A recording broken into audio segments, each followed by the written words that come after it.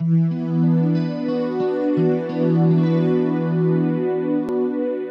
us today is Jon Shafer, humanities scholar, chaplain, and board member of the Funeral Consumers Alliance of Greater Kansas City. He'll discuss past, present, and future public health crises brought about by plagues and pandemics, and lead us in a discussion about changes in funeral rituals and ways of facing death. Please join me in welcoming Jon Shafer. Became interested in funerals, I suppose, when my parents died, which was 10 years apart. But I only got interested as a scholar in the last few years when I began, because partly I teach a federal government class that I taught at a different schools, colleges, and I learned about the Spanish flu epidemic or pandemic from 1918, 1919, and then later discovered it was probably started in Kansas at Camp Funston, which is near Manhattan, Kansas. So it really should be called the Kansas flu, but the reason it's called the Spanish flu is because Spain was neutral in World War I and didn't have very strict censorship, whereas the United States did. And so news about the pandemic was, diminished, barely covered, because they didn't want, and that was true of Germany and, the Austria-Hungary and the other, as well as Britain, France. So Spain was the only one that was publicizing the problem with it. And so that's how it became known as the Spanish flu. But I may call it both Kansas flu or Spanish flu. I'm referring to the same 1918, 1919 event. But I also want to go back to the Black Death or bubonic plague, which happened in the around 500s. It was probably percentage-wise, it killed more people than either the Kansas flu or certainly our current COVID pandemic. It's estimated that it killed 1/3 of the population of the planet. It's really hard to know because there weren't any collective compilations of population data. So nobody knew for sure, how many had died in Asia, Africa, as even parts of Europe and North America and South America. So, let alone Australia.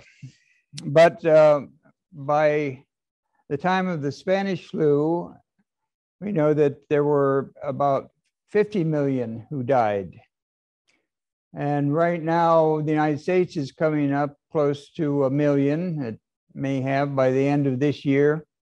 It's already passed just the number that were died from the Kansas flu. But of course, our population is so much larger now than it was in 1918. So anyway, back then it was 103 million, and now it's 333 million at the United States population, as a way of comparison. So anyway, I'm especially glad to be here in Greene County because Greene County was named after Nathaniel Greene, and it was one of his nicknames was the Fighting Quaker. And I'm a Quaker, as is my wife, Angelica. But I was a conscientious objector in the Vietnam War, as were many of the members of the historic peace churches of the Mennonites, Church of the Brethren, and Quakers. But Nathaniel's wife, Katie Littlefield, is quite a fascinating person in her own right. Nathaniel died when he was just, I think, 43. And sunstroke was the cause given. But so she lived for another 40 years almost and remarried. And she befriended Eli Whitney, who's best known for inventing the cotton gin. But he didn't make much money from that, unfortunately, because so many people were pirating his invention and making their own versions of it. But he did also create the idea of standard interchangeable parts for guns. And that idea was, of course, taken over and applied to cars and all sorts of things since then. But anyway, Eli Whitney was an important person, and she had invited him to move into her home, and she supported him in his early hard years when he wasn't making much money. So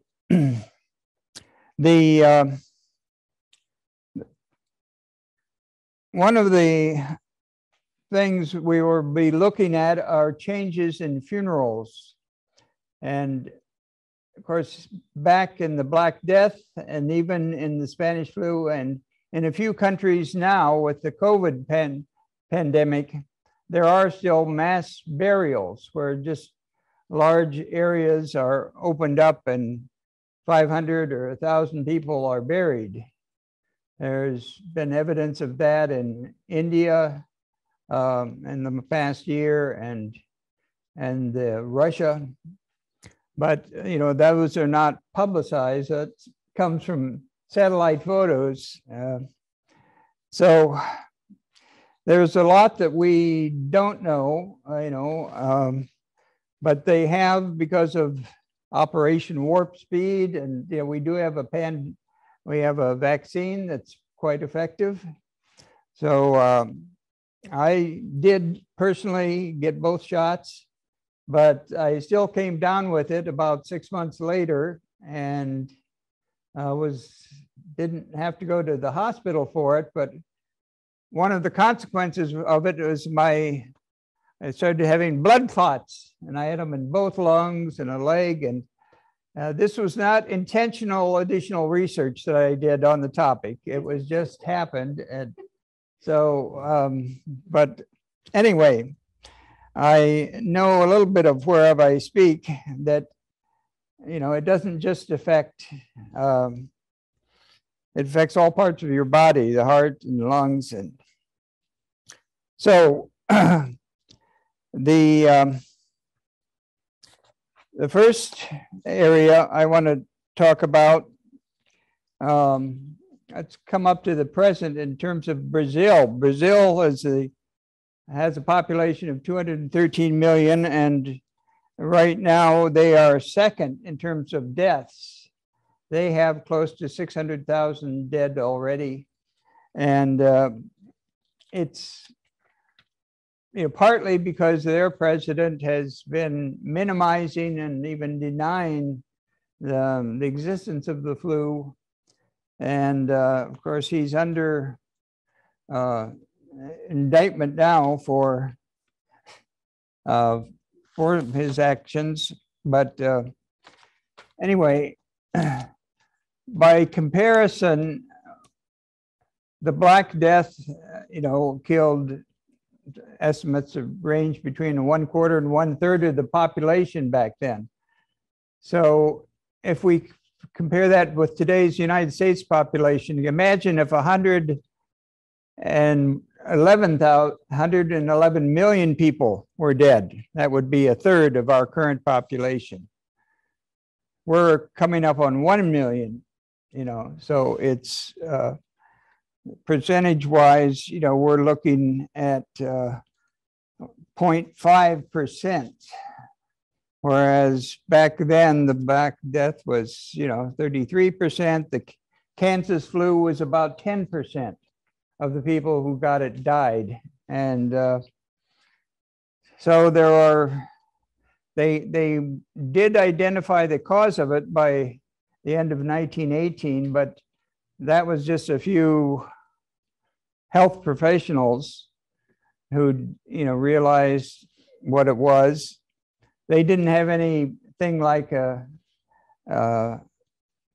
vaccine to give people, and had no means of producing one at that time. But if we look ahead in terms of what problems we may have, one of the issues is the growing resistance to the remedies. Bacteria are becoming antibiotic resistant, and there were almost 3 million infections in the United States last year and 35,000 deaths. So that is a rapidly growing concern for a lot of people. But anyway,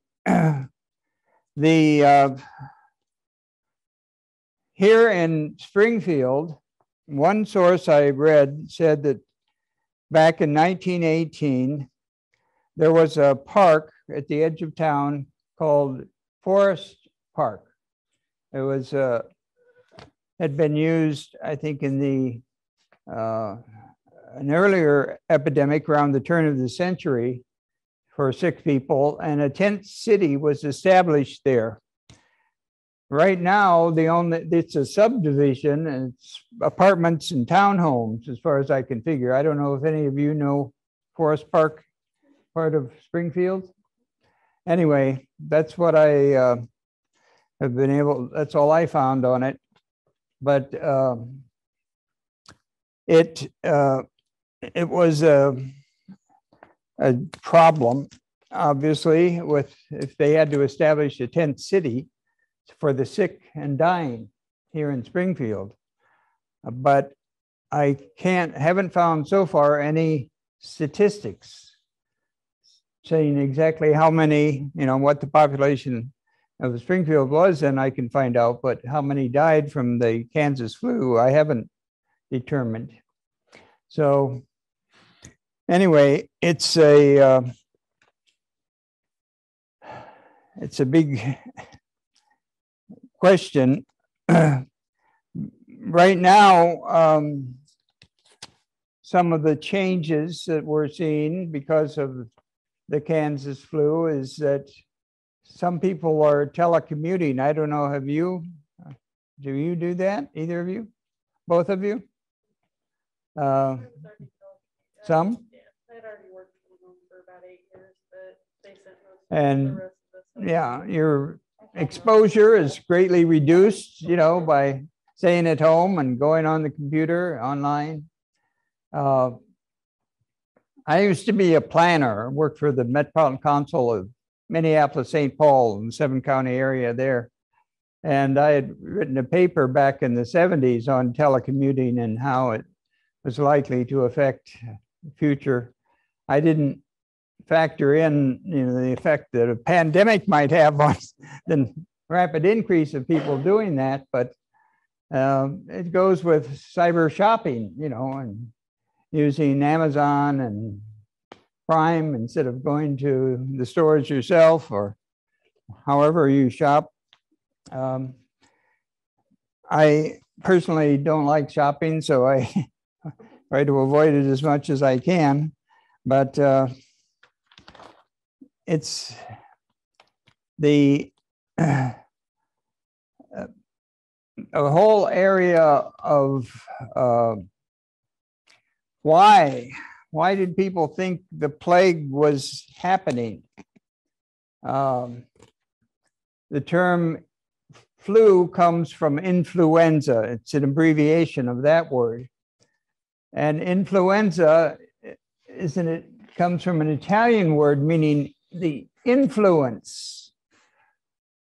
And in the 14th century, they were blaming pandemics and plagues on the influence of the stars, believing as they did in astrology, and where the planets were all lined up, would affect how things were on planet Earth here.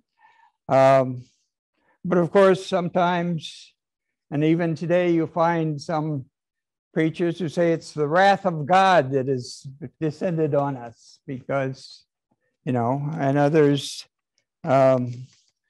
Actually, a lot of people back there also thought that witches were causing it. There were hexes being put on people. And one of the remedies they came up with was not bathing. They thought that would stop the spread of the Spanish or Kansas flu. But they also, the only treatment that was used was back then, at the time of the bubonic plague or Black Death, was bleeding people, putting leeches on their body to suck out their blood. And I don't know, there are perhaps a few naturopaths that still do that, but by and large, I think it's not done. Anyway, at the end, when we get done discussing this, which we'll be moving into shortly, there is a bibliography that will be available as you leave that has 4 different books.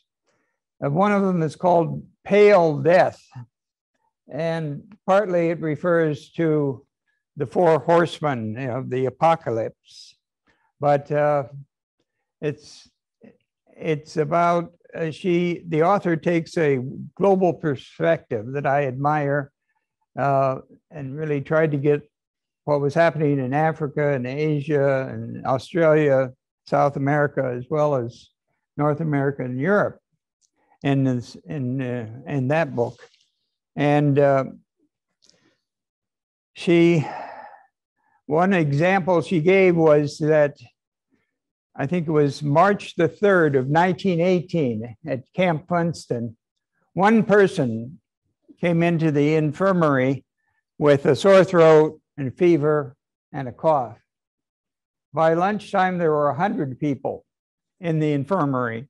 That's how quickly it had spread, how contagious it was.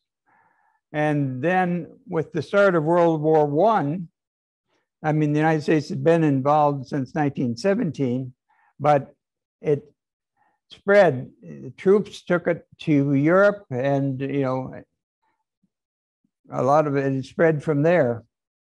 So it had little to do with Spain, but they were the ones with the least censorship, so that's why the name got stuck on them.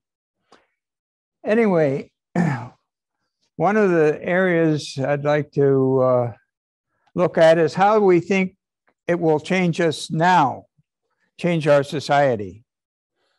Are you still working? Are you retired, if I can ask? Still working, yeah. Yeah.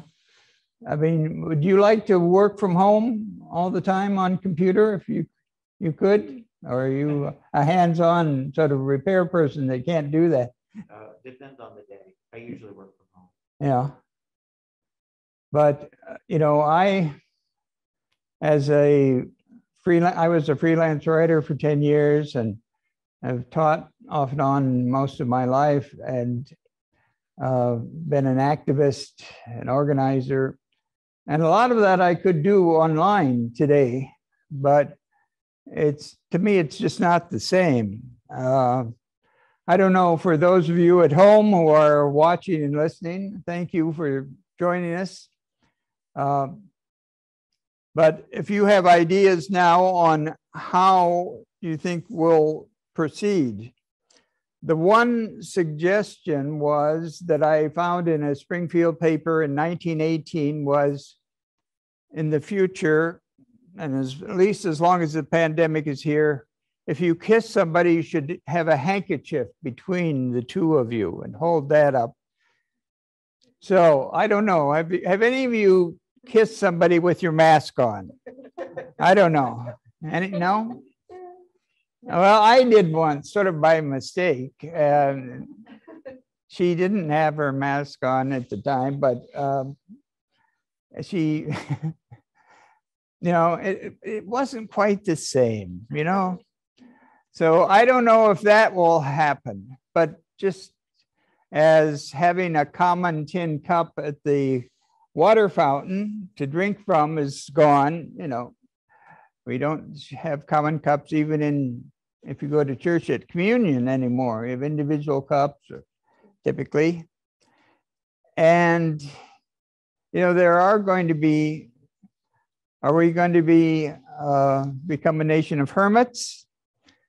Well, the Spanish or Kansas flu suggests we probably wouldn't if you look at what happened after World War I. It was the Roaring 20s where people were hungry to get out and party and, have fun and get over what had happened. So do you think that's more likely in the future? Yeah? Yeah, I think naturally people just collect together, So you two think it definitely will. What about the rest of you?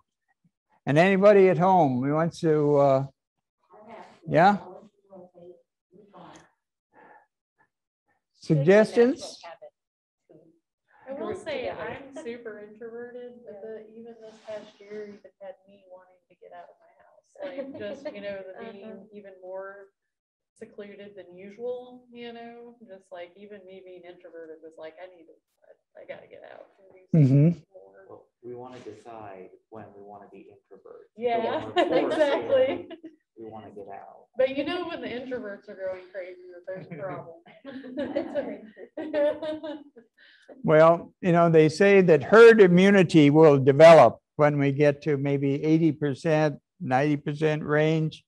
And, Missouri's now at what, 60%, something like that? Vaccinated, double vaccinated. And some states are up, close to 80. Not many, though. Vermont, I think, is right up close to the top. But we'll see. What about working? Do you think would you enjoy just working from home? If the kids are there, if you have kids and they're running around, how are you going to deal with that? Because they're not at school, right? They're home getting educated at home too. I was having to teach from home, or do therapy services from home. So it was kind of hard. It's true. Well, what do you think? Have any of you tried to? So I've read that the percentage of families that have decided past the pandemic to homeschool has grown dramatically. Well, I don't know if the hand mic would help people at home understand, or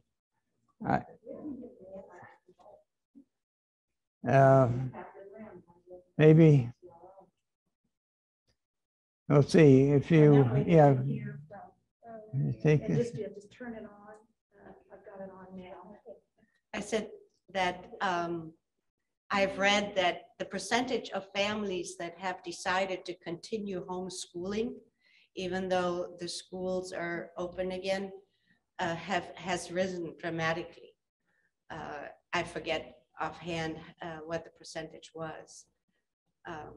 And the other thought that I had was the interhuman reaction. I mean, the interhuman contact is so important, and that is something that I think will really pick back up. But I'm hoping that we kind of reevaluate our lives too, because for 2 or 3 years we had to do with so much less and we survived fine. So maybe we need to start asking ourselves, do we really need all these things that we thought we needed before in our lives? Like, do we have to go out and do this or that? or can we do something else? I think it would be in many ways much better for our lives and for the life of the planet. Okay. Other thoughts? You haven't shared any yet. No, You want to? no, I'm just retired right now, kind of letting the world go by. Yeah. So you don't think you'll be affected much because you're retired? I'll be affected through the kids, yes. But right now, I'm still working a couple days a week. And it's at the car museum, and people are coming in just like nothing happened. They're just on vacation, not worrying about the virus or anything. So it's not going to corral people at all. No. They're just Yeah, people will continue going to to go. find a way to go. I noticed when we stopped for lunch today, we were the only ones with masks on other than the staff eating at this restaurant, which had, I don't know, 30, 40 people in it, I suppose, customers. Well, these So- people that are coming in are from all the states. They don't have masks on. We have them available. Yeah. But they don't want That's a lot of people through one place. them. They're generally there about an hour and then they're gone. So what do you think is going to happen? Are we just going to reach herd immunity and things will be back to normal in the same way, or what? So we at least take. Go ahead. Why don't you pass the mic over? I don't need the mic. I was just gonna say, I hope we at least take the time to pause and think about, like you were saying, what was important to us and what's important going forward and important in contact with other people and things. A lot of things will stay the same, but I don't know. So in terms of kissing and hand holding and things like that, do you think they'll change? Partying? I don't know. I mean, it's been a long time since I've gone to a party. Yeah. So, but you know, I don't know. No, I don't think stuff like that will change. No, in the end, probably. We'll continue. I will to- say it was weird to like hug somebody. Yeah, for the it was first really time. Like, strange. you know, that's not Yeah. immediate family, you know, like, so that was kind of weird. Like, I was going to that show and everyone was like Yes. hugging. And it We're was just like, kinda can we hug? Can we Is it okay? hug? Like, is this okay? You That's a know, good like, point. Yeah. so it Yeah. was kind of Speaking to the mic so they can, people at home can hear you. Turned it off. Oh, so you may have to turn it back. That's good. So that was kind of strange for the first time going out, you know, in a social setting where there was a bunch of people and people were hugging. Because, you know, you do have that like reluctance of, is this okay now? Like, are we doing this now? I don't know. So it does kind of make you more socially aware, you know, of like things, like even like whenever the mask mandate went in and stuff and they were talking about don't touch your face. Like, I never realized how much I touched my face until then, you know, so it has brought an awareness about like certain things that I didn't think about before, you know, and I don't know about anybody else, but my household didn't get sick at all last year. And that was kind of rare to like not have anybody even with a cold. Yeah. So it was just kind of interesting to kind of see the impacts of that. So I can see some people going forward, but I think for the most part, the vast majority, it's going to go back. I think it already has for a lot of people, or never even changed for some people, because, you know, there's some people who don't believe in it, especially in this area, you know, the area we live in and stuff. So, but Thank you. Any thoughts you have you'd like to share on changes that you think will be happening? Well, I don't think that many changes will happen because, like, well, one of the biggest things for me is seeing somebody who doesn't have a mask, seeing somebody's full face. Or, you know, when somebody takes their mask off, your brain kind of fills in what the face looks like. And so it takes that moment to, you know, readjust. But I don't think things will actually change, because if you do look at the period of the Black Plague, the Spanish flu leading into the 20s, and like during the Black Plague, the dance macabre, and even you know, looking into the Masque of the Red Death by Poe, it was this lavish party to escape, and they walled themselves in, but they all ended up doing it anyway.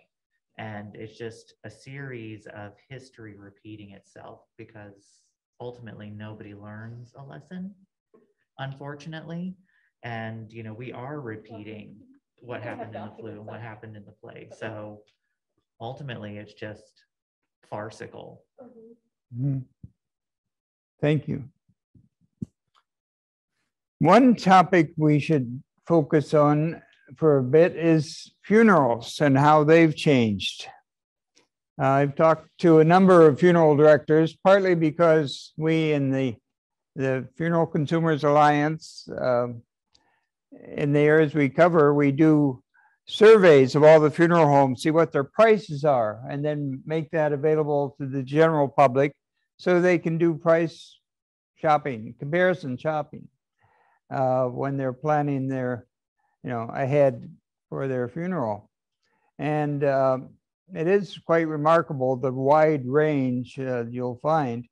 But one change that has happened in the past year or two is how many funerals are online or memorial, services. Have any of you been to watch the funeral online because it was a distant relative or something, friend? No? Angelica? I did when you want to pass the mic over?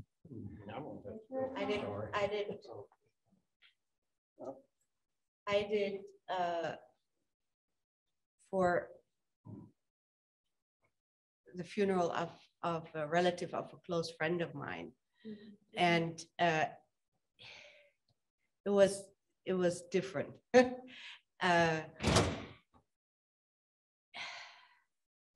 You had a different sense doing it that way, doing it with and I mean, there was a group of people that were actually in person, and then others that were from further away were on Zoom. The nice thing about it was a lot of people could attend that otherwise would not have been able to. So you actually could draw in a larger group of people. But you did not have the intimacy of you oftentimes have especially a memorial service, when people tell stories about the deceased, and that. So even though it happened, but because it was kind of both with in person and in Zoom, you didn't have that sense of immediacy and intimacy and connection. But on the other hand, it made it possible. I've been thinking so much lately, what if this pandemic would have hit even 10 or 15 years earlier? We would have been we would not have been at the place where we are now, where we could keep connections with Zoom. I mean, I have all my family lives in Germany, so we had the telephone, but I would not have been able to see them face to face. But this way, even though I haven't seen them in over 2 years, we could at least have a family Zoom meeting, and everybody could be there, no matter where they were. And so in that sense, I'm very, very thankful for the technology, and that the pandemic hit at the time it did, rather than, even 10 years ago. Okay, thank you. I know I've not attended, I've attended some family gatherings, on Zoom, and church on Zoom, and a number of meetings on Zoom with boards I'm on, but I haven't attended a funeral. But one of the last funerals I did attend of a close friend, what I really enjoyed was talking with his other close friends, about him and about those people, and what connection they had with him, and learning about different parts of his life, because I'd only known him for the past 15, 20 years, and he had 45 years of life before that. So he had gone through different phases of interests. But anyway, it's just hard to imagine that even if I saw somebody on the list of participants when I was Zooming with them, you know, at a funeral, I don't know that at least I would have sent them a message and saying, hey, remember we met at this and this. And I'd like to talk about Jerry more in depth. And, we started exchanging on some other social media site or something after the funeral. I mean, that could happen, but I think it's much less likely to happen if you don't have that face-to-face contact. Anyway, in the bibliography I have made available and will be put up online in a little bit, there are, in addition to 4 books that I think are worth reading on the history of plagues and pandemics, there are several websites. One is from University of Michigan, has a influenza historical archive that they put together, and the Missouri Historical Society, the Springfield Historical Society is currently creating an encyclopedia of Greene County, and they have a list of topics which I looked over, and it didn't contain anything about the Spanish flu, Kansas flu in epidemic or pandemic in 1918, 1919. So I suggested they do that, and they may be looking for volunteers. So if any of you want to dig into it locally, I think that would be a possible topic if you get in touch with them. The other thing that I put on there were 2 movies. Now, there are movies like Outbreak. I don't know if any of you saw that. It came out, 20, 25 years ago? Was it that long, maybe? And you saw the movie? Back in the day, yes. You saw it? What did you think of the movie? If you want to give her the mic. I was young whenever it came out, so it's been many, many years. It's been a really long time because I was probably only 12 whenever it came out, but I do remember watching it. So it started out sort of like some Ebola, or, in terms of how rapidly it spread, right? But then it got from Africa, I believe, to a small town here in the United States, and everybody came down with it. So the question was, what do we do to stop it? And the president considered some pretty drastic measures, like, remember? I remember, yeah. Right, dropping an atomic bomb on the town, killing everybody so it wouldn't spread. Well, that was maybe 5,000 people, Yeah. You think it's a good idea to sacrifice 5,000 for the safety of 333 million? What do you think? How far do you go? I mean, that gets at the whole issue now of how many things should be shut down or required to wear masks or required to be vaccinated. And, there's obviously not agreement among the general populace about this.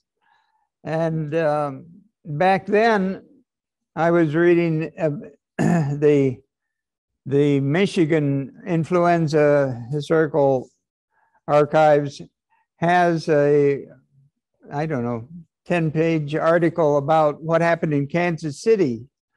They also have a section on what happened in St. Louis. They just cover the large cities around the country.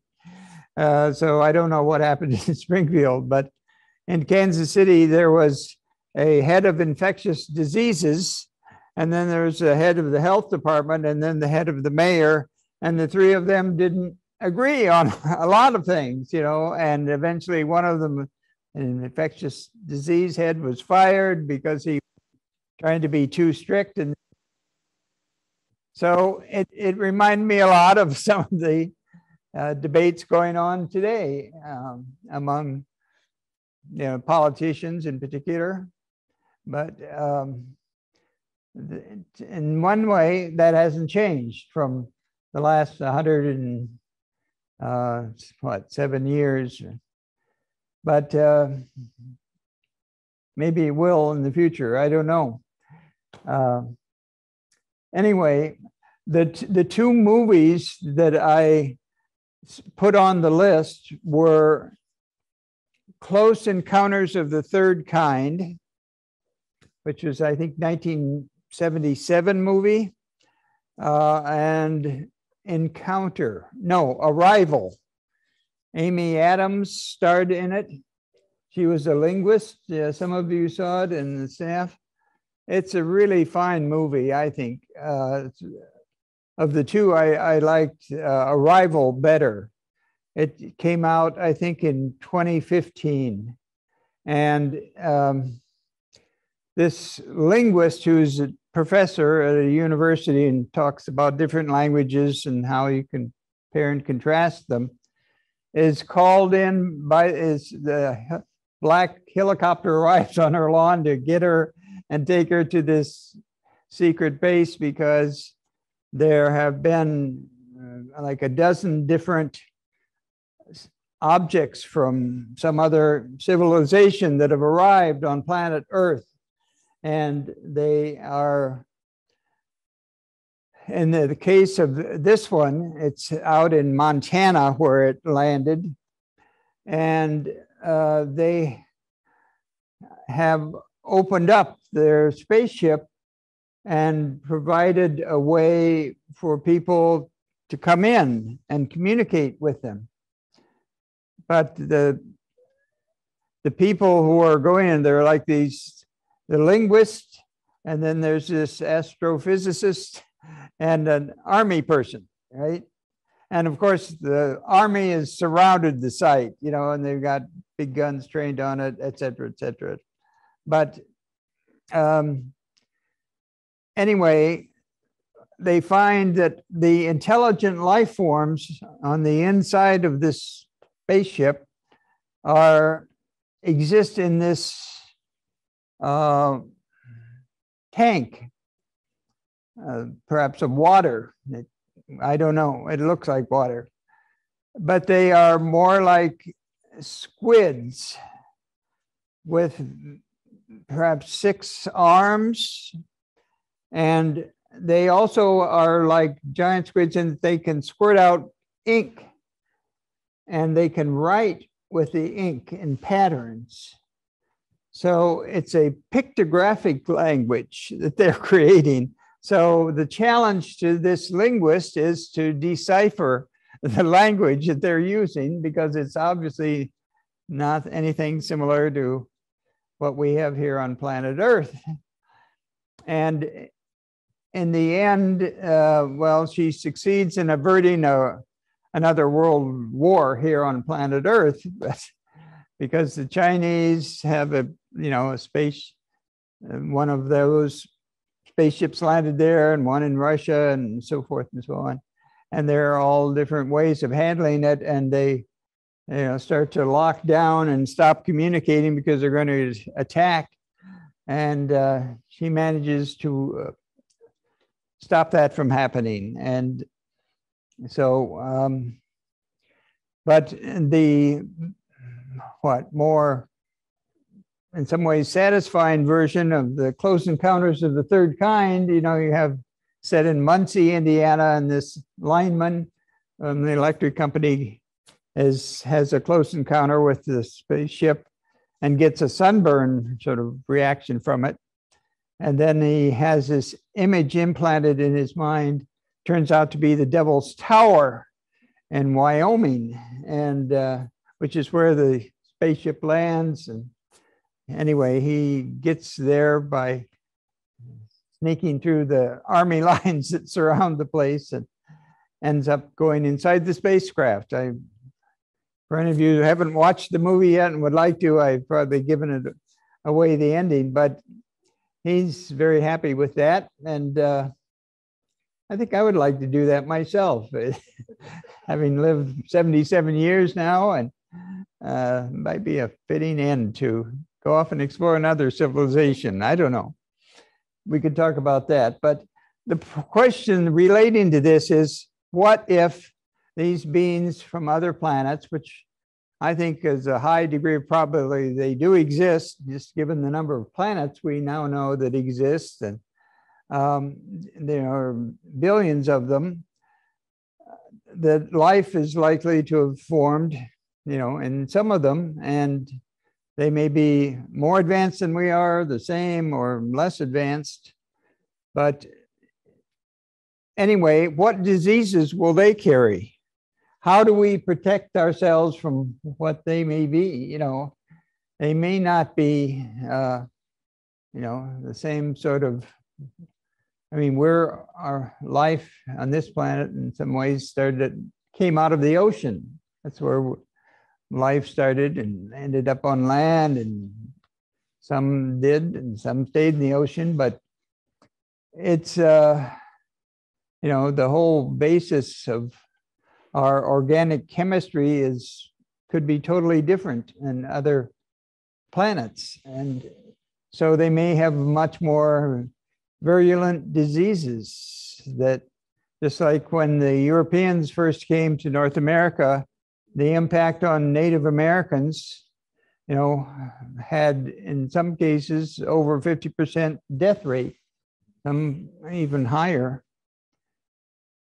And in a few cases that was intentional. They wanted to wipe out the native tribes to get their land and not have to fight them for it.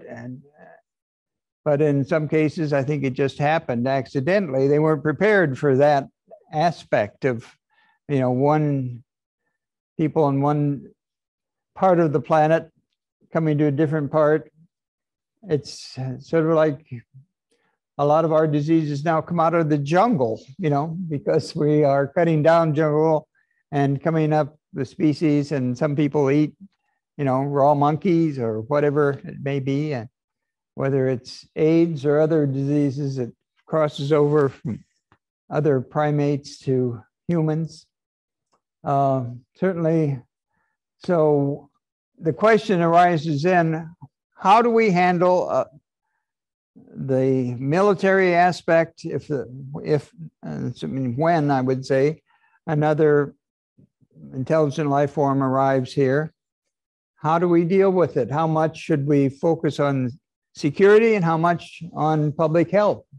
How do we determine what diseases they may be carrying? It would be a long process, I would think, to know, you could get a sample of their tissue and, look at it through a microscope in different ways and understand how it's put together. But in terms of the diseases that they have,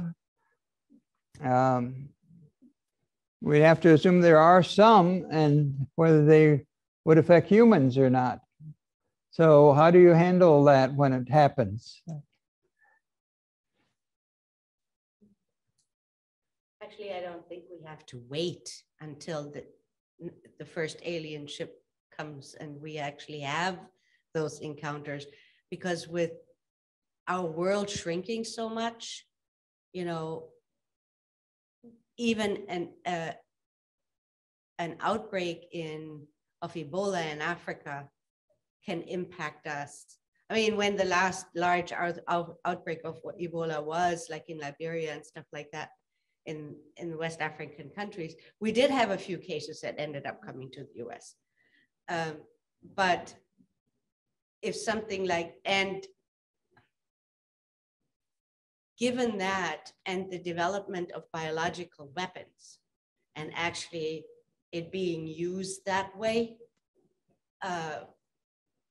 that's, I think, where some of the security issues come in much more, and how can we worldwide contain and forbid biological warfare, because most of the large developing countries have their labs. The military has their labs with diseases that they have developed and or have in storage that they could use as biological weapons. So I don't think we have to wait for the aliens to come. I think we can do it very well ourselves here on Earth. Okay, other ideas? Just because I have to trust the scientists and value what they contribute. And That's hard to know, isn't it? You have any thoughts you'd like to share? No? Do we have any questions from the chat, people online? Not so far? Okay.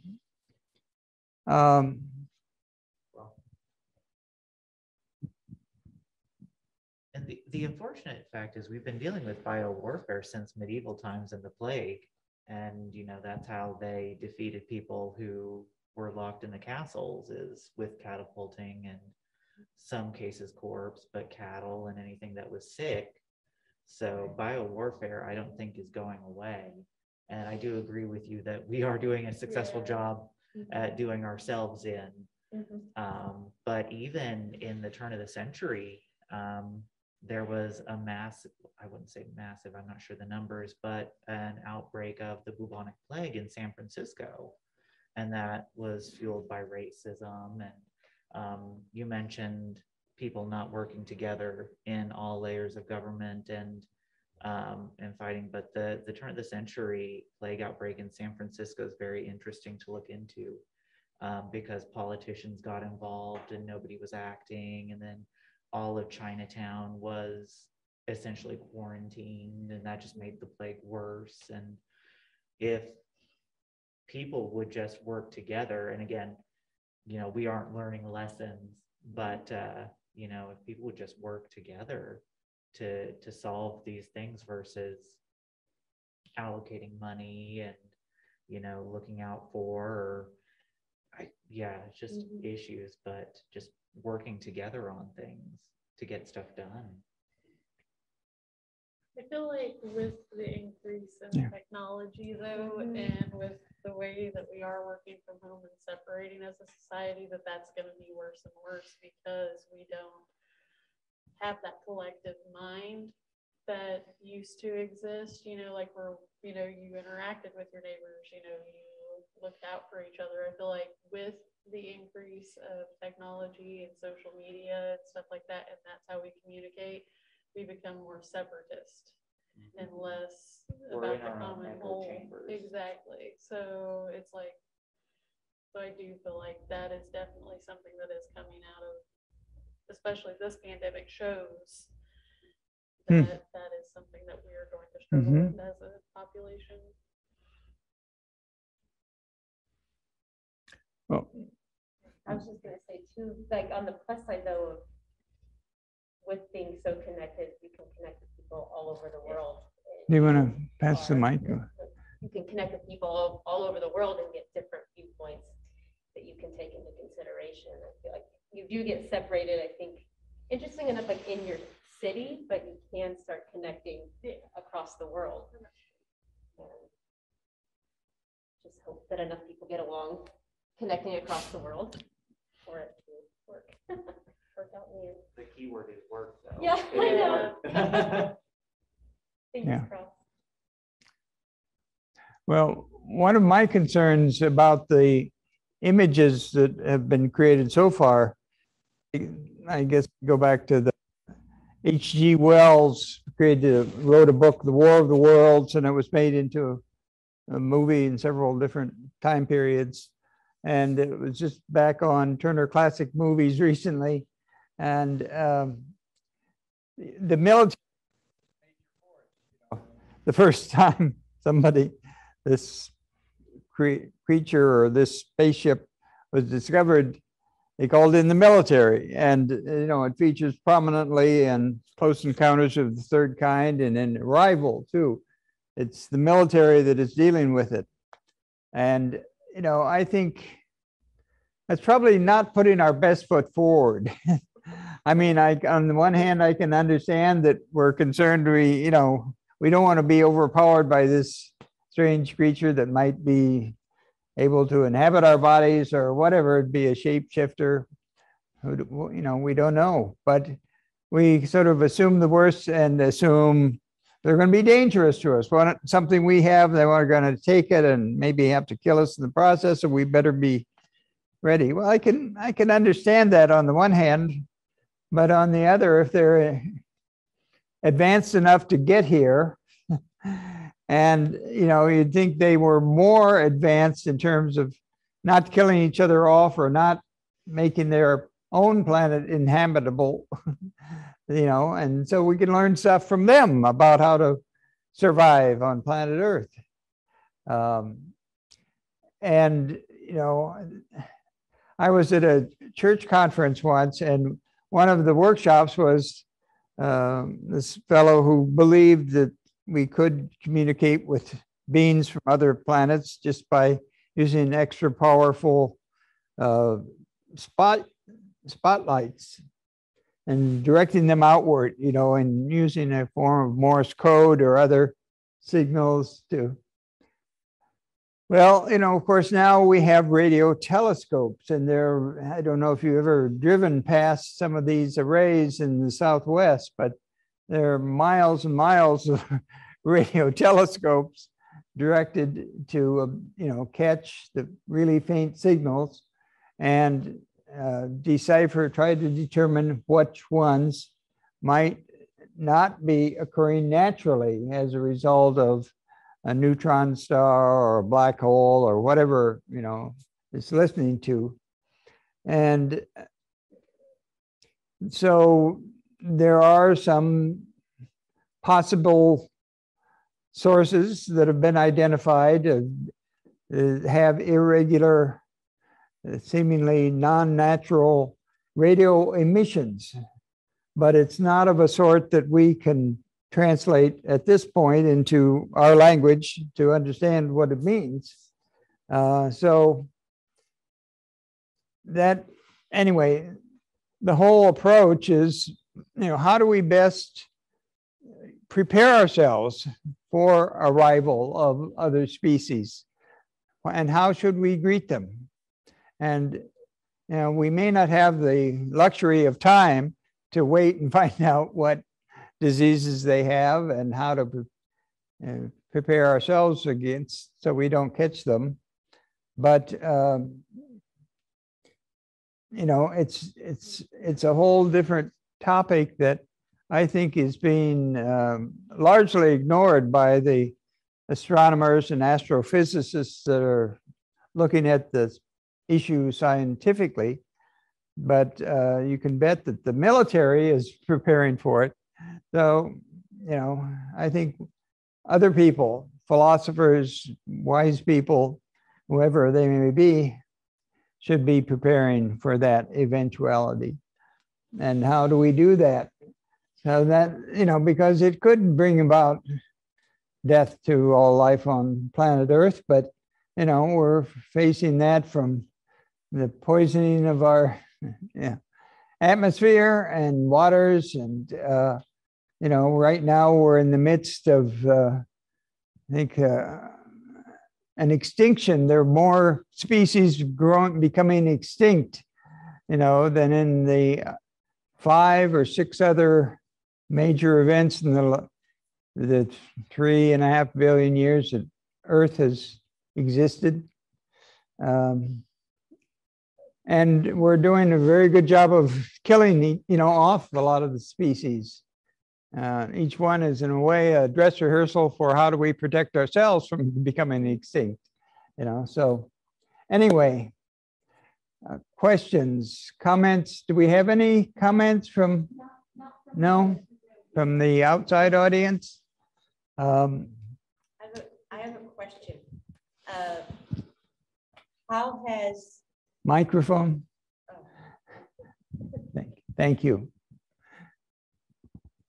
how has, I mean, from the standpoint of the Funeral Consumer Alliance, have they surveyed like funeral homes and things like that? Aside from having funerals online, has the COVID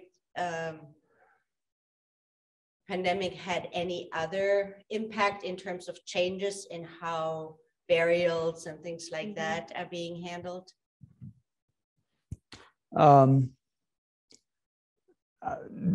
As far as I know, I haven't seen any survey results of funeral home directors, if that's who you're talking about that question.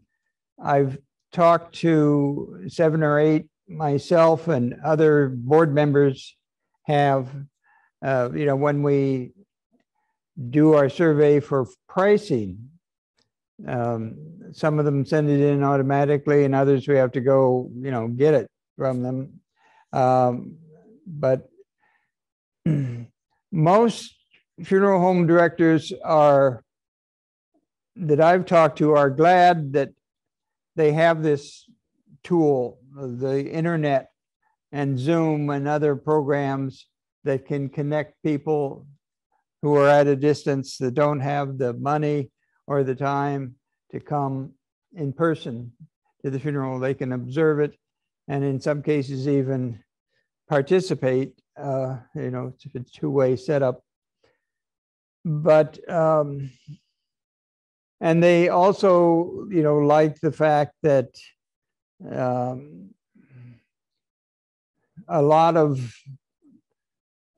there's a lot more cremation now. Right now in the United States, cremations outnumber burials, and traditional burials, full body burials.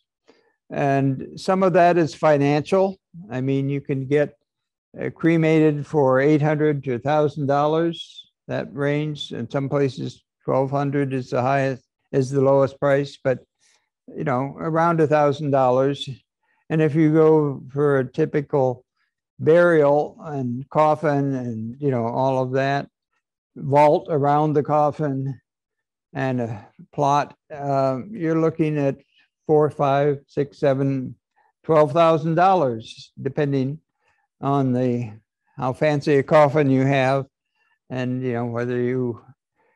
And there's a whole movement, just like we had natural childbirth, there's natural dying movement, which says, hey, all these bodies that are being buried, no matter how watertight the coffin and the vault are supposed to be, eventually the waters are going to get in.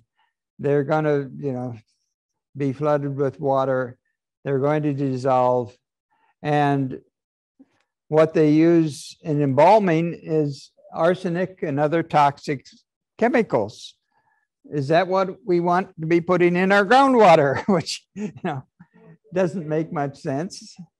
There are a few non-toxic embalming fluids available, but they cost more at this time. So typically they're not used. So that's one reason why we are suggesting people look at natural burial, which means instead of having a vault and a concrete vault around a metal coffin, you just put a person in the ground in a shroud, maybe their favorite quilt, and let the body decay. Don't fill it with chemicals, don't embalm it, just let it dissolve as quickly as possible, and dust to dust, ashes to ashes. It's not just Ecclesiastes that suggests that, but the cycle of life continues. All the parts of our body, the molecules and atoms, are going to be recycled and come out in a different form. And so eventually, whether it's a plant or animal or a bacteria, virus, who knows? So it's a, you know, why try to stop the process? You can't stop it. You're just going to slow it down. And some people even started marketing special suits to put on the dead body so it will recycle faster. These are mushroom spores that can speed up the process of decomposition of the body, so you have a more rapid recycling of the parts of the body. That would be, you know, and it doesn't take the energy that you have when you raise the temperature up to, what, 5,000 degrees, typical, I think, temperature in a crematorium, to burn the body. Why waste all that energy when, you know, then you have the fumes that the neighbors don't like, etc. But, and it doesn't really change anything other than the form of the chemicals, some of which are airborne, and, you know, and you, in some ways, waste a lot of energy doing that. So that's one thing that is happening. Most funerals before the Civil War, almost all, were natural because embalming hadn't been created yet. Embalming was created in the US Civil War to get the dead bodies of the soldiers back home without smelling up the trains. And, you know, stagecoaches were transported them back home. So it's a US sort of marketing of funerals that has changed it. Anyway, welcome. We're just talking about natural burials and as an alternative form of funerals and how that is on the increase. But if you go to any cemetery that's older than 100 years, you find most of the deaths there, the graves are natural. Anyway, so a lot of the reason that they started having concrete vaults around the coffins is so that you wouldn't have the collapse of the coffin visible from the top surface and have dips in the ground level grass, so make it harder to mow. So it's a mowing consideration, you know, and, you know, for large cemeteries, it's can cost $5,000-10,000 a year to mow them. So it's a reasonable consideration, but if you just do away with the vault and the coffin and just use the body, it's a very little, you know, shrinkage or dipping of the earth. Anyway, we are getting closer to the end of the program, and you've just arrived. I didn't know if you came here specifically for this topic or for the, we're talking about plagues and pandemics throughout history and how our society might be changed because of them, and whether to use the Spanish or Kansas flu as an example, how the Roaring '20s succeeded it, perhaps because people were so eager to get out and party and celebrate and be social again after, you know, having masks and there were some communities that isolated themselves using armed guards and kept away the infection that way, you know, keep people from coming in. If they had enough food and water to survive it and isolate, that happened in some cases in the United States. I don't recommend it, you know, but that's one, you know, approach to the issue. Anyway, I appreciate the opportunity for us to share some thoughts on this. And is there any other questions that any of you have that before we close? I think it is, I've been part of the World Future Society for a while, and written some future studies papers, but it is hard to predict the future and what will happen. You know, I think we will be in contact with other intelligent life forms in the universe in the next few decades. Whether it's in your lifetimes or not, I don't know. It may even be in my lifetime, which isn't that long anymore, but who knows?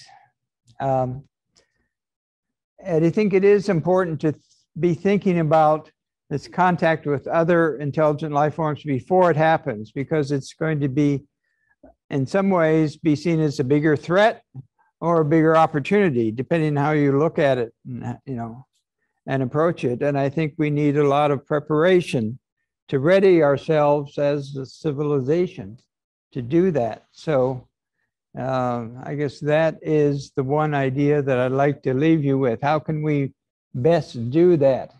Who would you like to have on the welcoming committee? You know, if it's not the head of the Joint Chiefs of Staff, the Pope, or, you know, who? We each may have our own favorite people to nominate, but I think we need to start thinking about it and preparing for that time, because it will be a shock to a lot of people who think we're the only intelligent life on the universe. And some may even question our intelligence, given how we've treated the planet so far. Anyway, thank you for your time and questions. And I don't know if there's any closing comments the staff have before. I don't, but we have the people on Zoom, so thank you so much for your presentation and for speaking today. I can't hear what The people on Zoom are saying thank you. The people on Zoom, I'll tell you. Okay. They said thank you for your presentation. All right. Thank you for the bibliography. Yeah, and have you shown the bibliography online now? Okay. And they have, I see, set out some of the old newsletters from the Funeral Consumers Alliance of Greater Kansas City you can take as you leave. And also the bibliography that I mentioned with the 2 movies, the 3 or 4 websites, and 4 books on it that I think are most useful, or you're discussing this. And also the opportunity, if you contact the Greene County Historical Society, of exploring this in depth, researching, you know, what did happen in Springfield in 1918, 1919, and how can you help dig that out and share it with the world. It's a chance to create some history of your own and gather it and publicize it. So thank you again for your opportunity